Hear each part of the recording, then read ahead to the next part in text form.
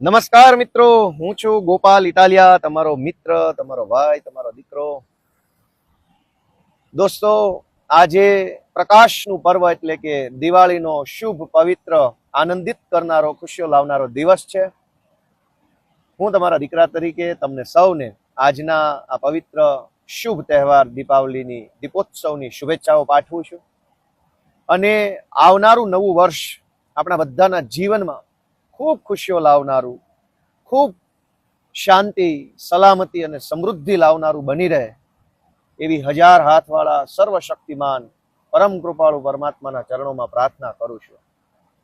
સાથીઓ, આપણે છેલ્લા અનેક વર્ષોથી એવી પ્રાર્થના કરતા આવ્યા છીએ કે નવું વર્ષ આપણા જીવનમાં ખુશીઓ અને સુખ લઈને આવશે. અને ત્યાર પછી એ પ્રાર્થનાઓ સાચી સાબિત થાય એ માટે હંમેશા આપણે પરિશ્રમ કરતા હોઈએ છીએ.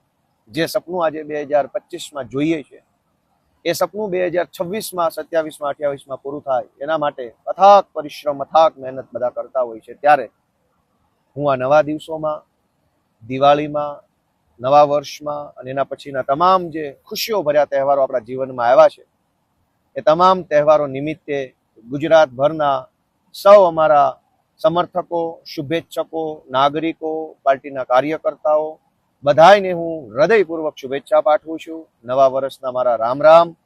ભગવાન આપણને બધાને ખૂબ બળ આપે, ધન આપે, ધાન્ય આપે અને આપણા બધાના જીવનની અંદર સકારાત્મક ઉર્જાનો સંચાર થાય એવી પ્રાર્થના સાથે ફરી એક વખત દીપાવલી પર્વની, નવા વર્ષની શુભેચ્છાઓ. જય જય ગરવી ગુજરાત, જય કિસાન.